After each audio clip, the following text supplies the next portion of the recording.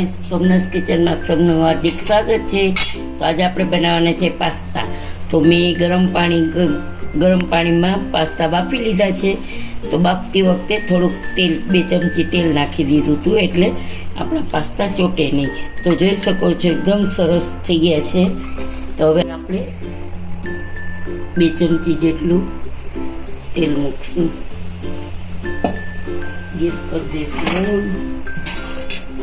હું બાફવાનો વિડીયો નહોતો બનાવી શકી, બાફવાનો વિડીયો મેં નથી બનાવ્યો કારણ કે રોહનભાઈ હતા નહીં, તો મેં બાફી લીધા છે।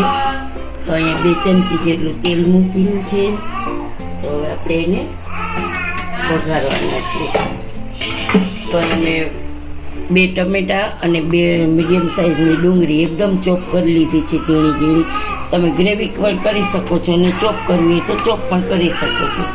ગાઈસ, આપણું તેલ આવી ગયું છે, તો 1 નાની ચમચી હિંગ નાખી છે અને એમાં આપણે ડુંગળી ટમેટા ક્રશ કરેલા નાખી દઈશું।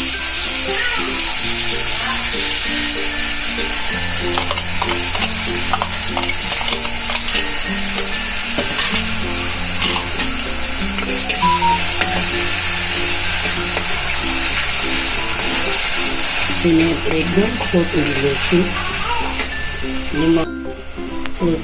સ્વાદ અનુસાર નમક નાખશું અને મેં પાસ્તામાં બાફવામાં નહીં કીધું, એટલે આપણે ડુંગળી ટમેટા જેટલું જ નાખવાનું છે।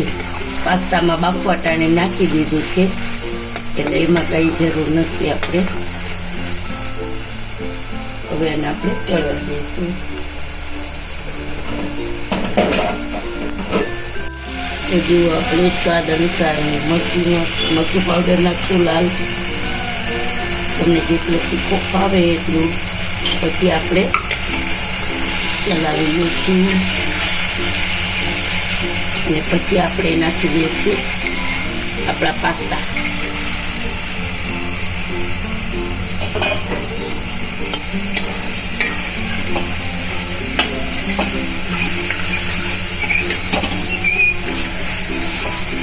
ઘરનો ટમેટો કેચઅપ બનાવેલો છે એ આપણે ઉમેરી દઈશું। બહારનો હોય તો તમે બહારનો પણ ઉમેરી શકો, તમારી પાસે ઘરે બનાવેલો છે તો હું એ જ નાખું છું। તો હવે આપણા પાસ્તા છે તે રેડી થઈ ગયા છે, ગેસની ફ્લેમ ઓફ કરી દઈશું।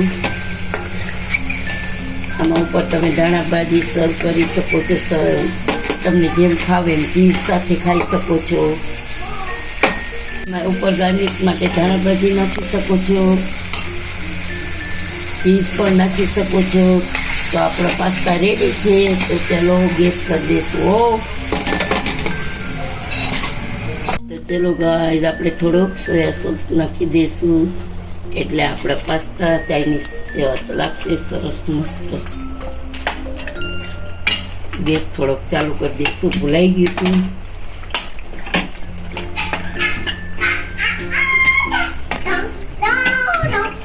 જો આપણે અજીતભાઈ, તમને પાસ્તા ભાવ્યા તને? હવે ગેસની ફ્લેમ કરી દઈશું। આપણા પાસ્તા રેડી છે। તો આપણે ઉપર ચીઝ ખમણીને નાખી દઈશું ગાર્નિશ માટે।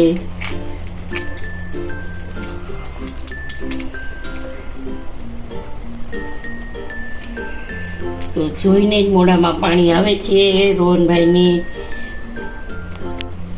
તો જો તમે આજના વિડીયો તમને કેવો લાગ્યો તે જરૂરથી જણાવજો।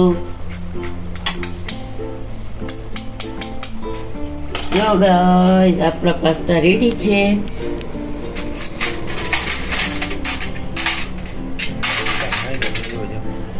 જો આપણા પાસ્તાની ડીશ રેડી છે। તમને કેવો લાગ્યો આજનો વિડીયો? ગાઈસ, આજનો વિડીયો તમને પાસ્તાનો કેવો લાગ્યો તે જરૂરથી જણાવજો। સબસ્ક્રાઈબ કરજો, લાઈક કરજો અને શેર કરજો।